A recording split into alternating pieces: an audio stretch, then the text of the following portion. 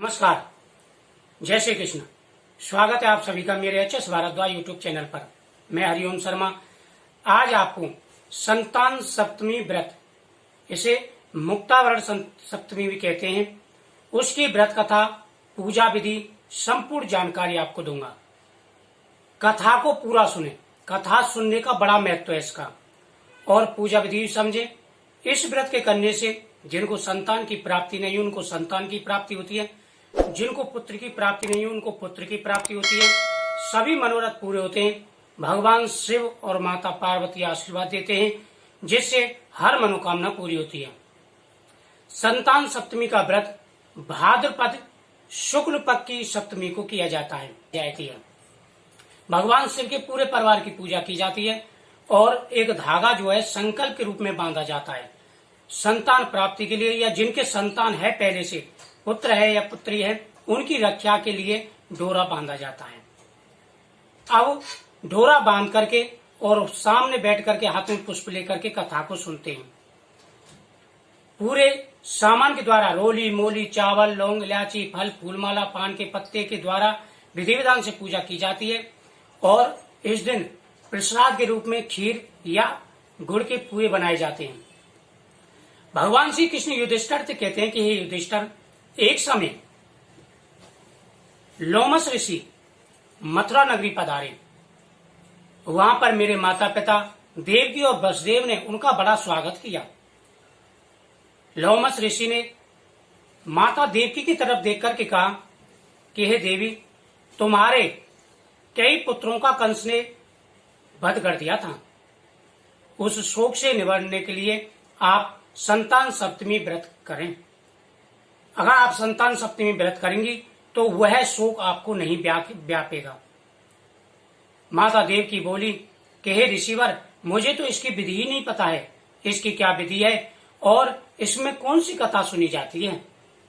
लोमस ऋषि कहने लगे कि हे देवी, भाद्रपद मास से शुक्ल पक्ष की सप्तमी को यह व्रत किया जाता है। इसमें भगवान शिव और माता पार्वती, गणेश व कार्तिक सभी की पूजा की जाती है। उनसे संतान प्राप्ति, पुत्र प्राप्ति की मनोकामना करते हैं। जिनके पुत्र होकर के गुजर जाते हैं या जिनको पुत्र की प्राप्ति नहीं हुई है, उनको पुत्र की प्राप्ति हो जाती है। एक समय अयोध्यापुरी नगरी में नहुस नाम के राजा राज्य करते थे। नहुस की जो पत्नी थी वह पतिव्रता थी और चंद्रमुखी उसका नाम था। उनके राज्य में विष्णुदत्त नाम का एक ब्राह्मण भी था, जिसकी रूपवती नाम की पत्नी थी। चंद्रमुखी और रूपवती में गहरी मित्रता थी। एक बार चंद्रमुखी और रूपवती दोनों नदी पर स्नान करने गईं। वहां पर उसने देखा कि बहुत सारी स्त्रियां स्नान कर रही हैं और स्नान करके उन्होंने वहीं पर माता पार्वती और शिव जी की मूर्ति बनाई और कहानी सुनने लगी और उनकी पूजा करने लगी। रानी चंद्रमुखी और ब्राह्मण पत्नी रूपवती ने उनसे पूछा कि आप ये क्या कर रही हैं और इसके करने से क्या फल मिलता है। स्त्रियों ने कहा, यह संतान सप्तमी व्रत है। इसके व्रत करने से सभी को संतान की प्राप्ति होती है। इसमें माता पार्वती और भगवान शिव की पूजा की जाती है। जिनके संतान नहीं है उनको संतान की प्राप्ति होती है, पुत्र की प्राप्ति होती है, और जिनके पुत्र है, संतान है, उनके पुत्रों की आयु लंबी होती है। उन्होंने डोरे की महिमा बताई कि व्रत में डोरा बांधा जाता है और इस डोरे के सामने ही संकल्प किया जाता है। रानी और ब्राह्मण पत्नी ने संकल्प किया कि हम भी जीवन पर्यंत इस व्रत को करेंगे। उन्होंने धागा लिया और बांध लिया, लेकिन घर आकर के वह व्रत को भूल गई। व्रत उनसे खंडित हो गया। इस कारण उनको कुछ समय बाद, मृत्यु के बाद में, जो नहुस की पत्नी थी चंद्रमुखी वह बांधी हुई और जो ब्राह्मण की पत्नी थी रूपवती वह मुर्गी हुई।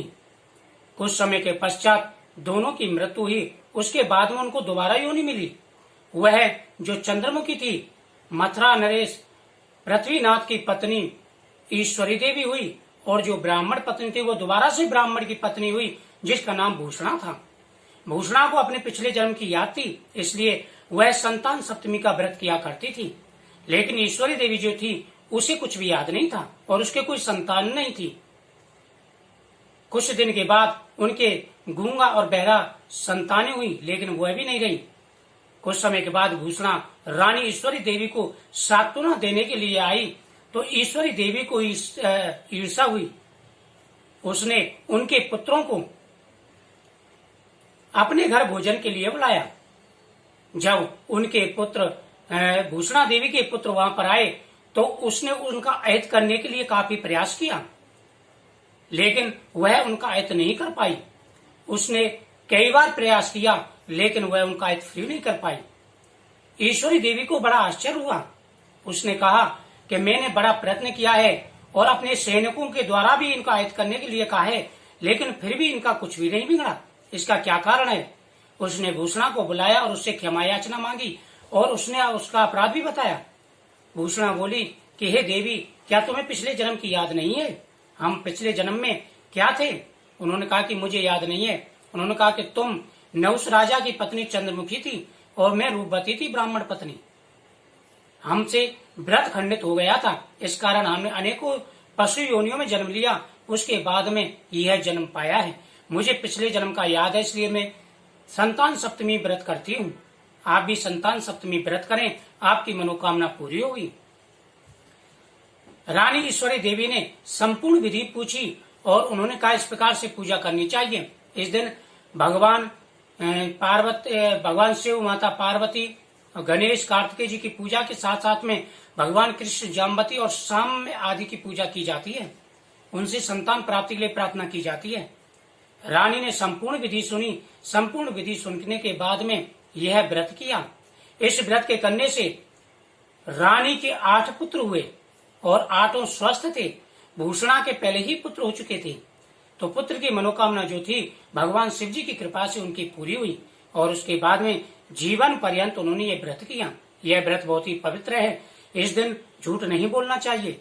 इस दिन लहसुन प्याज आदि का प्रयोग नहीं करना चाहिए। घर में शुद्धता रखनी चाहिए और पूरे दिन ओम नमः शिवाय या ओम नमो भगवते वासुदेवाय दोनों मंत्रों का जाप करना चाहिए। इससे हर मनोकामना पूरी होती है और संतान की रक्षा होती है।